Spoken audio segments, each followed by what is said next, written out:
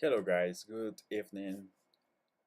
I have only 30 minutes to break down some analysis from the next chapter of this discrimination.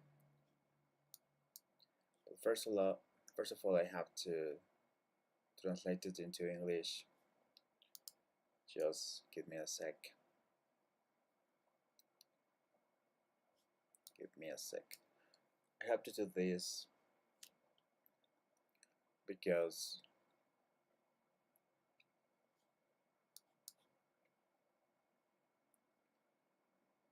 it's so important to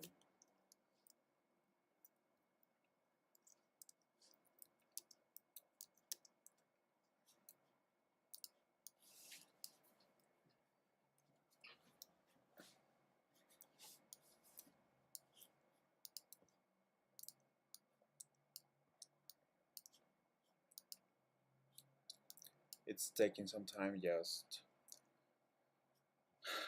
It's gonna be just for a moment. Give me a sec. The next the next chapter is discrimination against Afro-descendants and individuals, and discrimination against Latin American immigrants.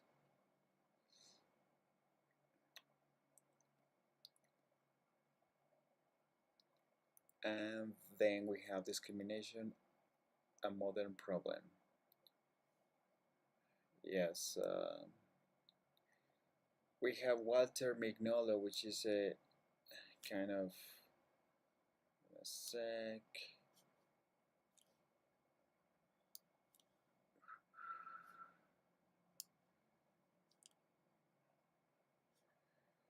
And then we have coloniality. Okay, so let's copy this and translate it into English.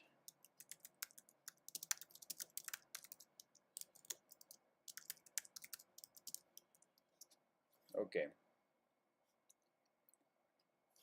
now we're gonna start right now about discrimination,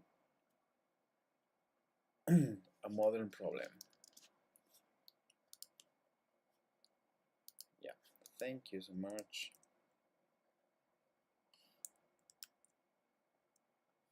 Whoa, whoa, whoa, whoa, whoa.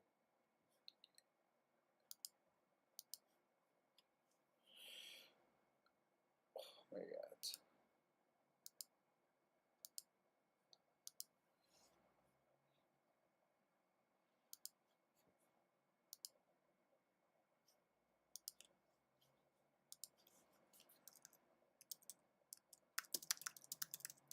Translate into English.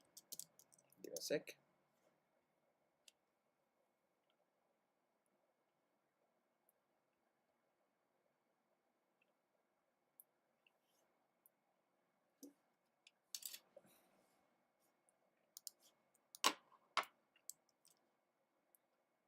Okay, now we're gonna start with this chapter. We have a quote from Walter Mignolo who says, the decolonial term consists of give me a sec, consists of sharing the straitjacket of thought categories that naturalize the coloniality of knowing and being and justify them in the rhetoric of modernity, progress and democratic governance. Um, Discrimination manifests as the differentiated treatment of individuals, restricting their access, manifests as different differentiated treatment of individuals, restricting their access to rights, services, and resources. Human groups that have historically been victims of discrimination without considering an intersectional perspective are diverse.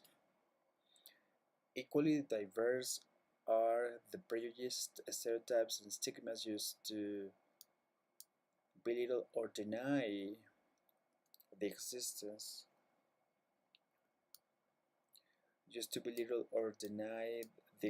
of those whose identities do not conform the hegemonic model of humanity. Discrimination is a structural problem in the Mexican nation. This means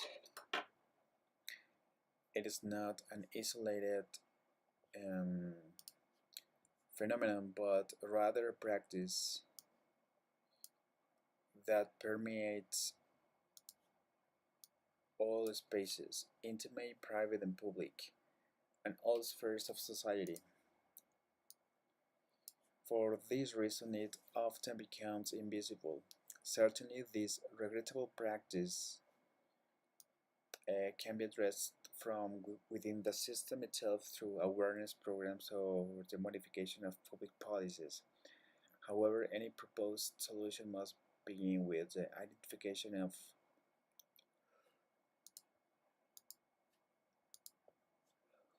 with identify, identification of with identifying the root of causes of the problem.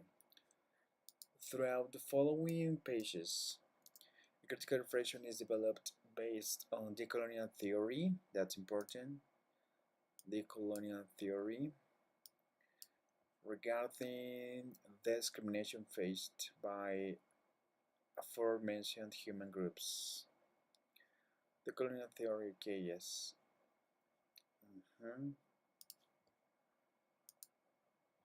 Dismiss. Decolonial thought is characterized by a distancing from the oppressive modern Eurocentric logic. Okay, by is characterized by the distancing from the oppressive modern Eurocentric logic. It opens the door to possibilities of being an existence that modernity has concealed by labeling by labeling them as subaltern, barbaric, primitive, or underdeveloped, thereby disarticulating dominant um, disarticulating dominant structures that reproduce the various forms of coloniality, of power. Okay, we have various forms of coloniality, power knowledge being a nature.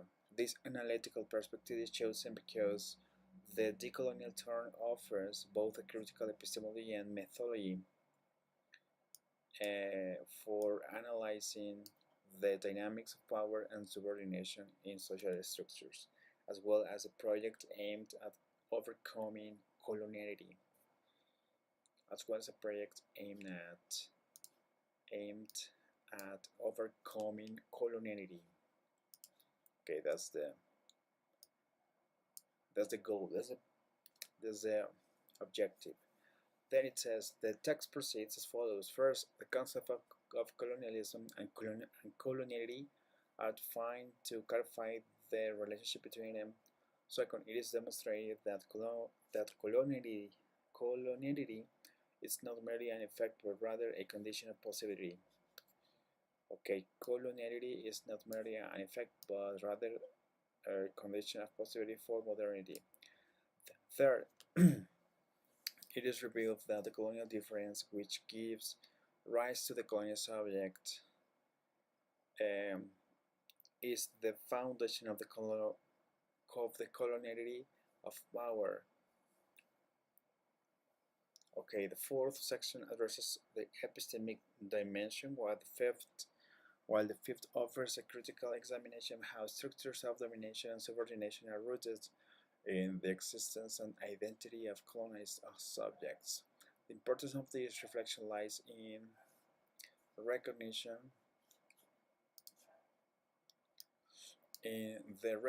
that only when discrimination is understood as a cultural and ideological system um, can meaningful social impact projects be developed, projects that are capable of transforming collective consciousness and thereby reducing discriminatory actions? Okay, so good. Now let's understand what's colonialism and coloniality. Um,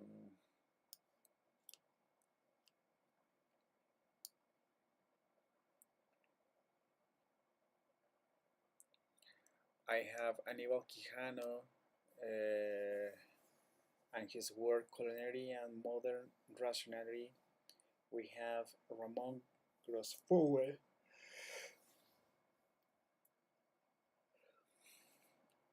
and Aníbal Quijano. Okay, one more time.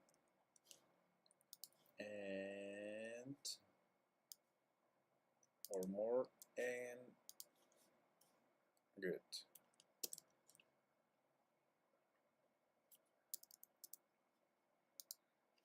Okay, I have more minutes. Let's start by differentiating the two terms, colonialism and coloniality. Okay, so it says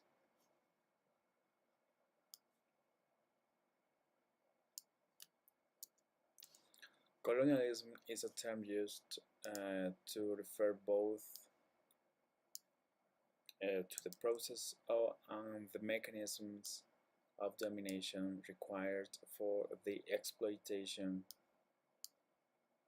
of labor and resources in the colonies for the benefit of the colonizers.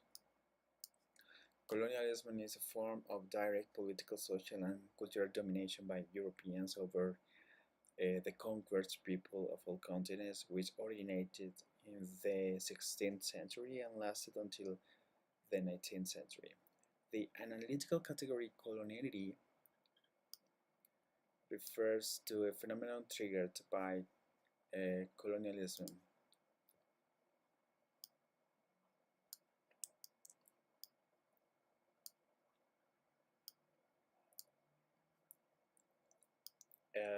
Which does not end with the suppression of colonialism thought, the independence struggles of the dominated territories. Rather, it persists to this day.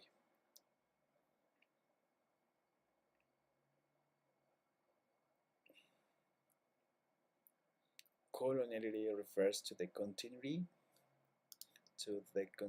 of dominant colonial forms after the end of colonial administration.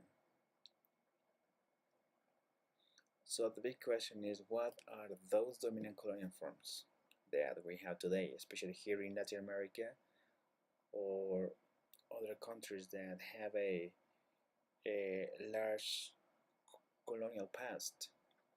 In a sense, coloniality is a power pattern that operates through the naturalization of territorial. Coloniality is a power pattern that operates through the naturalization of territorial, racial, cultural, libidinal, and epistemic hierarchies that enable the reproduction of domination relationship. As Gross-Fogel points out, the orientation of this power pattern is based on an organizing criterion that divides society into two groups: superiors. Yeah. One more time. In a sense, coloniality is a power pattern that operates through the naturation of territorial, racial, cultural, libidinal, and epistemic hierarchies that enable the reproduction of domination relationships. As Gross-Fogel points out, the orientation of this power pattern is based on an organizing criterion that divides society into two groups: superiors and inferiors. In many regions, the distinction between superiority and inferiority was made through the racialization of bodies.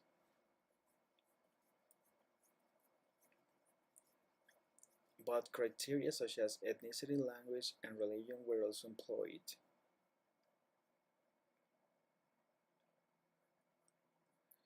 The coloniality of power enabled the, the creation of identities which once racialized were associated with corresponding hierarchies, places, and social roles, as if these were inherent to them. To each racialized identity was assigned a social labor role, a way of acting and producing that supposedly corresponded to their natural condition. To this end, a social system was created that involved the racial ethnic classification of the world population combined with the international division of labor. Yes, exactly. According to Quijano, the coloniality of power naturalizes social hierarchies. In this way, it activates a form of domination that is not limited to exploitation, but also, one more time, it naturalizes social hierarchies. In this way, it activates a form of domination that is not limited to exploitation, but also generates the subalternization of the way of life and thought of the dominated. The coloniality of power is ultimately a colonization of the imaginary of the dominated. Oh my god. Imaginary was made through the racialization of bodies. It enabled, and these were associated with corresponding hierarchies if these were inherent to them. To each racialized entity was assigned social level a way of acting and producing that supposedly corresponded to their natural condition. To this end, a social system was created that involved the racial or ethnic classification of the world population combined with the international of division labor. Okay. Now let's see what is the difference or the relation of coloniality and modernity.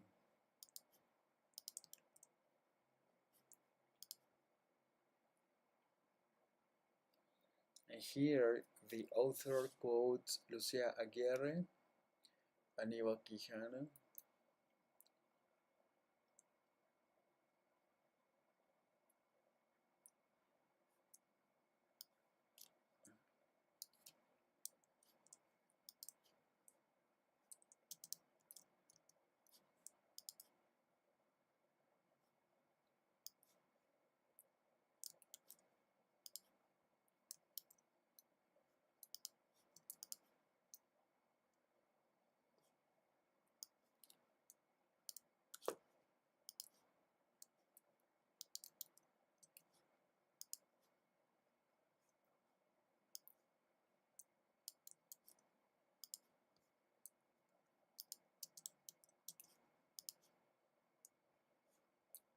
oh my god, that's too much.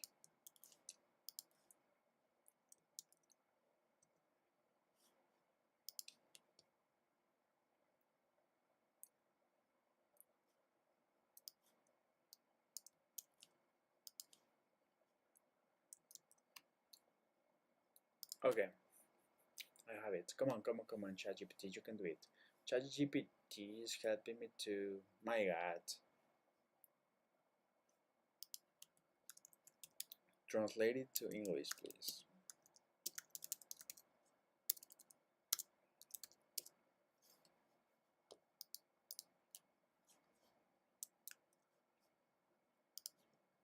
Okay. Next topic is coloniality and modernity.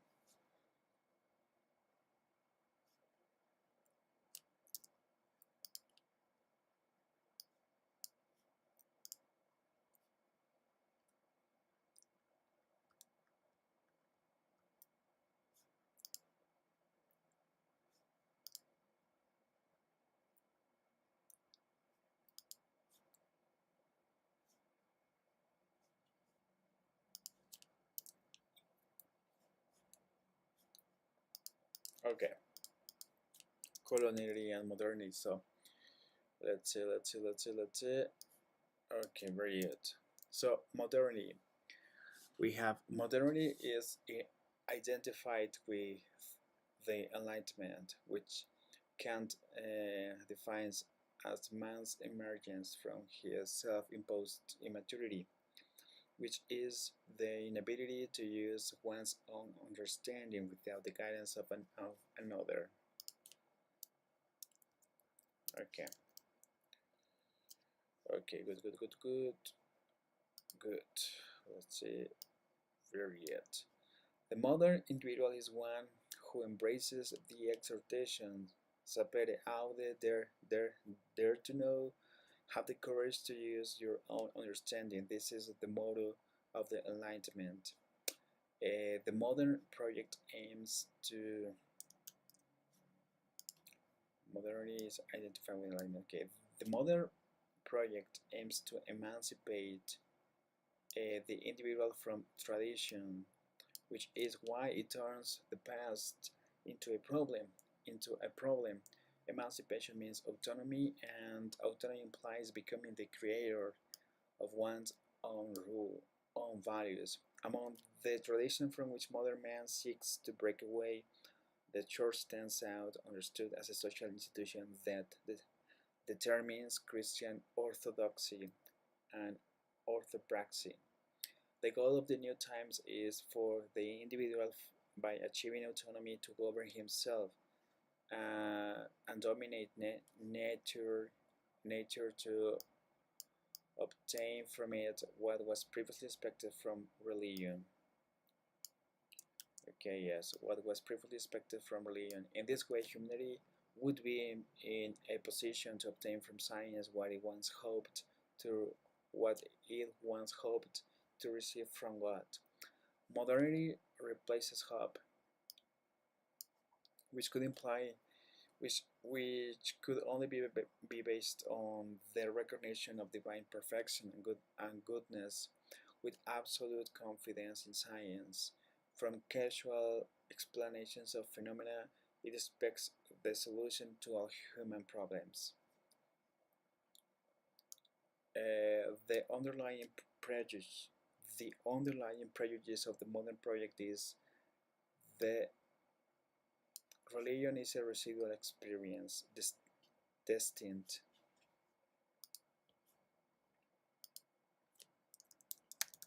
mm,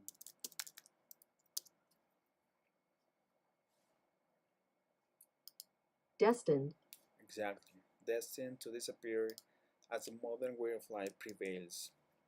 Consider in the abstract, modernity represents the triumph of reason. However, such a simplistic representation overlooks the irrationality with which it is imposed upon other societies.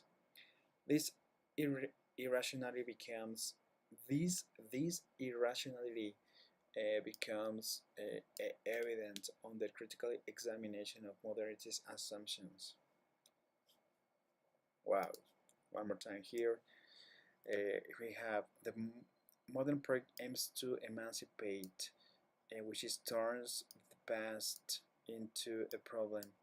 Among the traditions from which modern man seeks to break away, the church stands out, understood as a social institution that determines Christian orthodoxy and orthopraxy. The goal of the new times is for the individual, by achieving autonomy, to govern himself and dominate nature to obtain from it what was previously expected from religion. In this way, humanity would be in a position to obtain from science.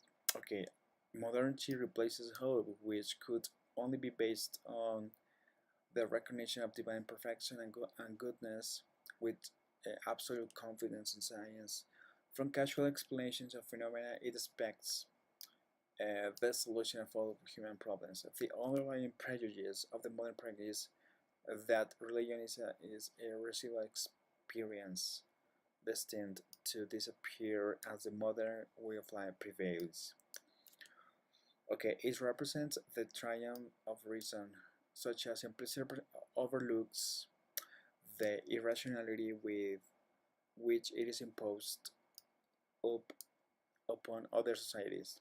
Okay, we have scientific instrumental rationality as the principle of human progress, both material and moral.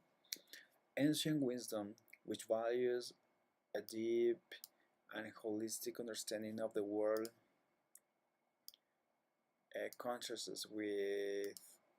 um, contrasts with modern science, which focuses its inquiries on extending human power. Its inquiries on extending human power. The goal of modern science is to develop the ability to observe nature in order to recognize and understand its facts and operations so as to dominate it, to make nature into something that can be adapted to satisfy human needs, tied to the desire for security and the pursuit of pleasure. From the uninterrupted development of scientific instrumental reason, not only prosperity and peace, but even human happiness is expected. The distinguishing feature of modern science is its philanthropic dimension. The distinguishing feature of modern science is its philanthropic dimension, since philanthropy originates in the awareness of one's own power, and thus is not merely the willingness to help. Philanthropy originates in the awareness of one's own power, and thus is not merely the willingness to help. Is not merely the willingness to help, but the actual ability to do so. Yes, we have Eurocentrism as a synthesis of ethnocentrism and sociocentrism. Wow. Ethnocentrism affirms that the ways of life and ideas linked to one's own cultural formation, the ways of life and ideas linked to one's own cultural formation are inherently superior to those of other cultural formations. Sociocentrism involves disqualifying and rejecting the customs and ideologies of social groups different from one's own, considering them mistaken or in poor taste. Eurocentrism is grounded in the world system, which organizes a special temporal zone that spans multiple political and cultural units, integrated through activities and institutions that obey systematic rules. As Kehan explains, drawing from Wallerstein, the world system establishes an interesting an interstate hierarchy that defines unequal positions and unequal position for the societies of the planet, placing European societies at the top of the pyramid. The system divides inhabited space into two spheres: center, European colonized territory, and periphery, colonized territories. Okay, one more time. What ethnocentrism affirms? It affirms that the ways of life and ideas linked to one's own cultural formation are inherently superior to those of other cultural formations. And sociocentrism involves disqualifying and rejecting uh, the customs and ideologies of social groups different from one's own, considering them mistaken or in poor state. or impure taste.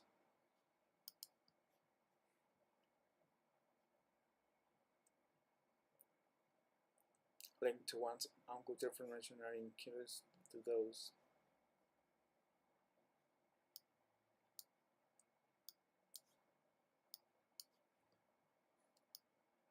Now, Eurocentrism organizes a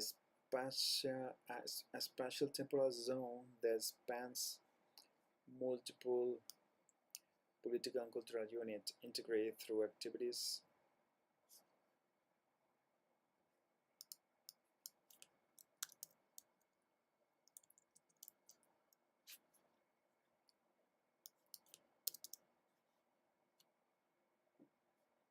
mhm, integrated through activities and institutions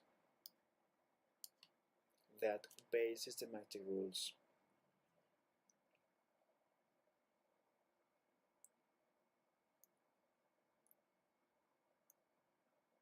Okay, good. Now, the Eurocentrist not only represents European modernity as the spatial center of the world, but also using the development of scientific rationality as the criterion.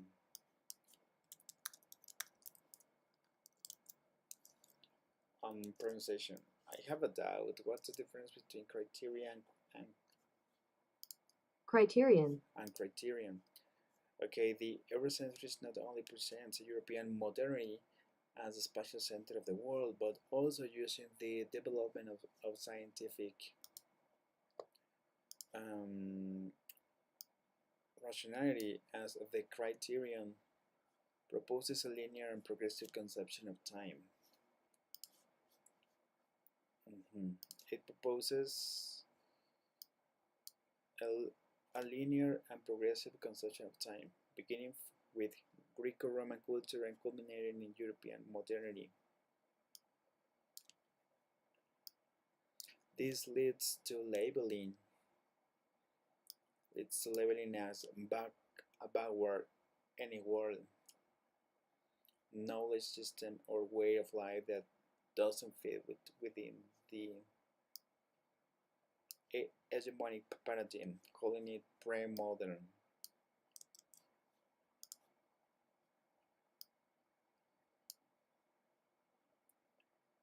As a criterion proposes a linear. Good, that's it. Okay, we learned many. That's it. I'm tired. I have to wake up early, so that's bye bye.